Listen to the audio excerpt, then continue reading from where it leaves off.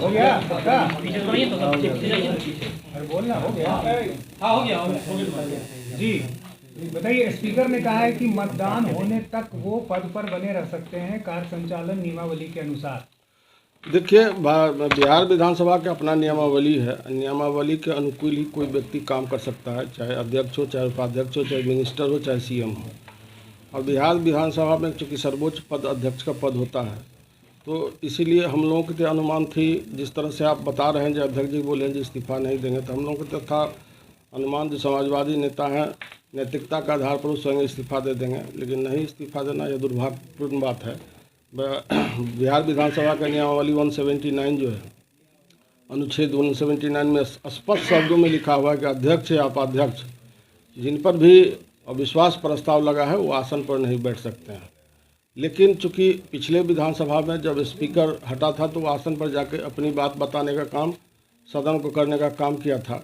इसीलिए बहुत वक्त करेंगे तो जाएंगे आसन पर बैठेंगे। जिस दिन हमारा जो बिहार विधानसभा जिस दिन खुल रहा है उस दिन तो पहले राज्यपाल जी का अभिभाषण होगा सेंट्रल हॉल में, उसके बाद फिर पुनः बिहार विधानसभा में सदन जब चलने लगेगी तो उस समय में अध्यक्ष जी जाएंगे, अपनी बातें बता करके उनको सदन आसन पर से हट जाना पड़ेगा। चूँकि अनुच्छेद में साफ साफ स्पष्ट शब्दों में चूँकि उन पर अविश्वास प्रस्ताव 28 तारीख कहीं लगा है, इसलिए उनको किसी भी हालत में चूँकि उन्हीं के विरुद्ध में मतदान होगा इसलिए वो नहीं बैठ सकते हैं।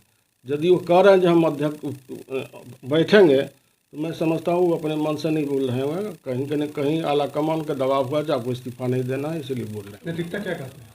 नैतिकता कहता है जो उनको चूँकि समाजवादी लीडर है, बहुत पुराने लीडर हैं, उनको स्वयं तुरंत इस्तीफा देना चाहिए। जब ये सरकार बदली, सत्ता बदली और अंक के आधार पर सत्ता बदलती है, सरकार बदलती है। हम लोगों ने 128 के जो बिहार सरकार हैं 128 एमएलए का दस्तखत करा के हस्ताक्षर करके राज्यपाल के यहाँ गया, तब राज्यपाल जी ने महामहिम राज्यपाल जी ने बुलाने का काम किया और शपथ ग्रहण कराने का काम किया। उनका कहना है कि आज उनको ये जानकारी मिली है कि अविश्वास प्रस्ताव उनके खिलाफ लाया। अब चूंकि देखिए कोई भी संस्था होती है, चाहे हम लोग मिनिस्टर थे तो मंत्री थे तो सेक्रेटरी होता था, पहले सेक्रेटरी के नॉलेज में जाता है जो विधिवत होता है, जो राज्य सत्ता में जो नियम है, तो उनके सेक्रेटरी साहब को 28 तारीख को रिसीव किए हैं, रिसीव करके इनको इन्फॉर्मेशन दी है। लेकिन वो अपने मन से बोलते हैं तो अपने मन से नहीं बोलते हैं, किसी के दबाव में बोल रहे हैं। यादव कह रहे थे कि खेला होगा, लगातार कह रहे हैं, तो कहीं उसकी कोई तैयारी तो नहीं है, इसलिए स्पीकर ऐसा। अब देखिए, अब खेला होगा खेला नहीं होगा ये तो अंक का खेल है। जब हम लोगों के पास चूँकि बिहार सरकार के पास आदरणीय मुख्यमंत्री नीतीश कुमार जी और जो भाजपा जेडीयू की सरकार है, एनडीए की सरकार है, जो समर्थन प्राप्त है तभी ना सत्ता में तो अंक है, तभी ना मुख्यमंत्री का वोट हुआ है।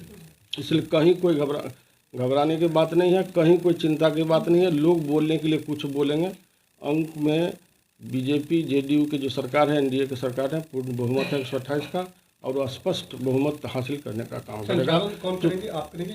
चूँकि जब ये जिस पर अविश्वास प्रस्ताव लगा है तो स्वाभाविक बात है, अविश्वास प्रस्ताव लगा है तो उनके जजमेंट में मतलब उनके आसन पर बैठे हुए कैसे उन पर लोग वोटिंग करेगा, इसलिए स्वयं उनको अपने आप हट जाना पड़ेगा वहाँ से।